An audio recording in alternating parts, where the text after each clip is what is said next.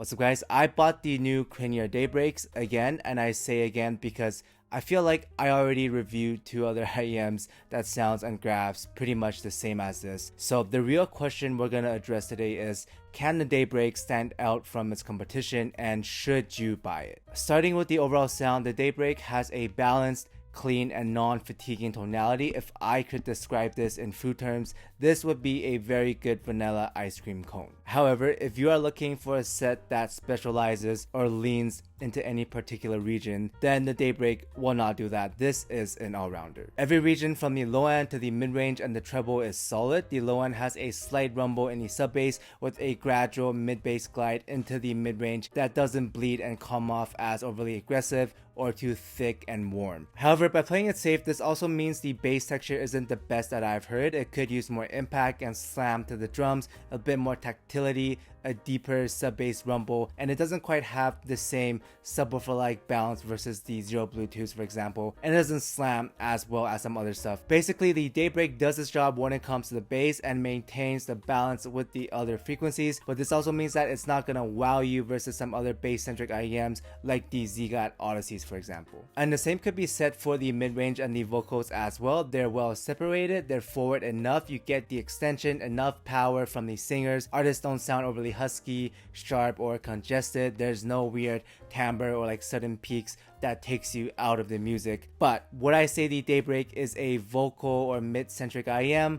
No, it's well balanced and acts as a solid all-rounder for vocals, just like the EPZ P50s that grabs and sounds very similar, which we'll talk about later in the other comparisons. And again, this is the same thing with the treble. The DAYBREAK has enough treble extension. It's not dark, it's not rolled off or like overly sharp, energetic and artificial sounding like the Brain Damage. You get enough air for the cymbal crashes with a slight peak that adds some dynamics and sharpness to the attack and imaging. It's decently smooth for the most part with no weird, microplanar sizzle, and the staging is pretty normal, it's pretty average. Again, it does the job, it's not gonna wow you. So if you're looking for more air, like micro nuances to the treble, more detail, a little bit more sparkle even, the quote-unquote sauce in the treble, the DAYBREAK isn't gonna do that. The Meta would do that better, but you can't really get the metas anymore, so the closest thing to that would be the ZIIGAAT Crescent with its like sparkly, warm kind of leading sound. And speaking of the metas, those are gonna be a slight step up in terms of detail retrieval, the imaging, the resolution, all gonna be slightly better than the DAYBREAKs,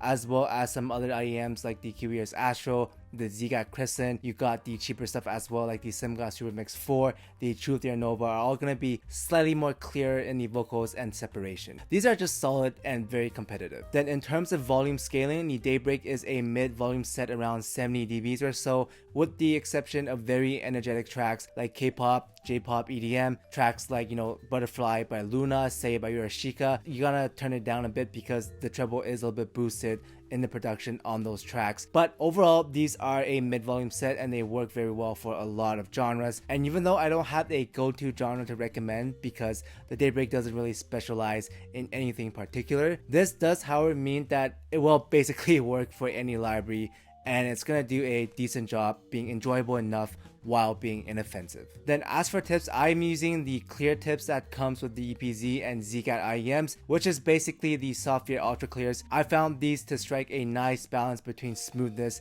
and detail, but you can also go for something bassier like the Venus Velvet or something like the Final E tips if you need more low end. So all in all, as an inoffensive all-rounder, the DAYBREAK does its job well. You're not going to be complaining that it sounds thin, sharp, or unnatural. However, you might be finding yourself reaching for other sets after a while like I did, because even though the DAYBREAK is well balanced and acts as a good all-rounder if you need one, it most likely won't be your favorite sounding IEM because it's not very quote-unquote unique. And the main issue isn't actually even in the sound or the pricing, because the DAYBREAK's overall package accessories are fairly competitive at its price. You get a solid cable, you get a nice kind of metal plating, it's decently tuned, the performance is solid for $170, and you also get a nice little case, which I really dig. However, like I mentioned in the beginning, the sound is very similar as its competitors, and I feel like this is my third time reviewing the sound signature after the P50 and the SL224. For example, versus the EPZ P50, both are around the same price.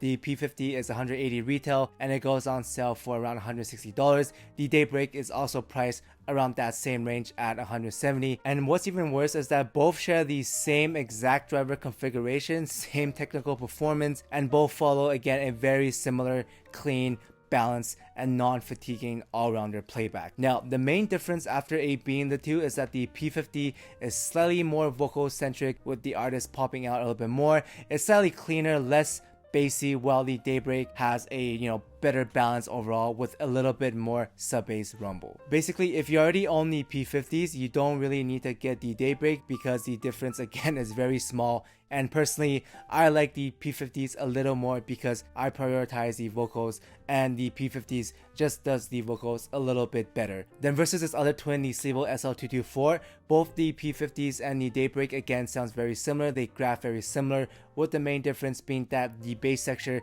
and treble detail are slightly better on the SL224, and they do have an extra DD and 2 microplanars. If money isn't an issue and you're just looking for the quote-unquote best JM1 bass booster target, you want a fancier version of the DAYBREAKs and the P50s, a better cable, prettier plate design, slightly more technical, then yeah, the SL224 does slightly edge out the other two, but value-wise, both the P50s and the DAYBREAK are just going to be much better because both of them are almost 2 times cheaper. Now versus some other sets around $200 like the ZIIGAAT Odysseys, I do like the Odysseys a little bit more because the low end texture is just better, more rumble, the slam is heavier, it feels more quote-unquote musical, livelier, and better when it comes to like pop, hip-hop, R&B, jazz, rock. The Odysseys are also more immersive because it does scale better with volume, and I tend to listen a bit louder, so it just matches my preferences a little bit more, sounds more dynamic, more contrasty, and takes you into the music a bit more because of the immersion. Less distant, less, again, inoffensive, and more forward, more engaging in the overall playback. Basically, if the DAYBREAKs are vanilla ice cream, then the Odysseys would be chocolate fudge. Both have different use cases. If you listen at mid-volume, the DAYBREAK will sound more balanced with a cleaner and more correct sound, while the Odysseys really starts to open up and take you on that musical journey if you give it more volume. Then versus some Harman all-rounders around its price like the SuperMix 4, the Chopin, the Truth Your Nova, the DAYBREAK is going to sound fuller, more natural in the timbre, while the other three has the advantage when it comes to layering, detail retrieval, but can also be a little bit thin and too forward in the vocals, which some people do find a bit shouty on those Harman IEMs. All of them are mid-volume sets, so it basically comes down to, do you prioritize technical performance or tonality more? Personally, I like the DAYBREAKs a little bit better because the balance is better overall, less fatiguing, less shouty, less thin. However, value-wise, you can make the argument that the others are the better bang for your buck if you're looking for pure technical performance, since the DAYBREAK is a little bit more expensive than the SuperMix 4, which is $125, and then the Novas go on sale for like around $115. Then lastly, if you're looking for a warmer and bassier all-rounder type of sound, then both the KIWIEARS AIROSO and the KEFINE QUATIO will do that better versus the DAYBREAK, which is not a bassy or like a warm kind of sound signature. So if you're looking for something warmer, full, with like an airy playback, very nice bass texture, the KIWIEARS AIROSO will do that very well. Meanwhile, the QUATIO is also going to be bassy with the black nozzle, but it's going to be more dynamic, punchy, sharper in the imaging instead versus the warmer playback on the AIROSO. So depending on what you're looking for, both of those are good alternatives at its price if you're looking for something more bassy. And if you're looking for something more neutral, something smoother in the treble, you can also give the TANCHJIM Fission a shot, since those are literally a cheaper, less fancy version of the TANCHJIM Origin. They're using the same driver, the same performance and tuning, but just cosmetically different, less fancy than the Origin, but you're getting the same performance for like half the price. So in conclusion, to answer the original question, does the DAYBREAK stand out from its competitors? No, not quite, especially since the P50 and the SL224 already exist with a very similar sound. If you already have the P50s or the SL224, you don't need another all-rounder type of sound. And if you're looking for something more different, then you can also probably skip the DAYBREAKs as well. However, value-wise, the DAYBREAKs are still competitive, and if you're looking for an all-rounder that's less fatiguing than the Harman options out there like the SuperMix 4, like the Nova, but you currently don't own the P50s or the SL224, then the DAYBREAK is a good option, and the overall packaging is solid as well. So I guess that means the DAYBREAK gets a half recommendation depending on whether or not you already own the P50s or the SL224s.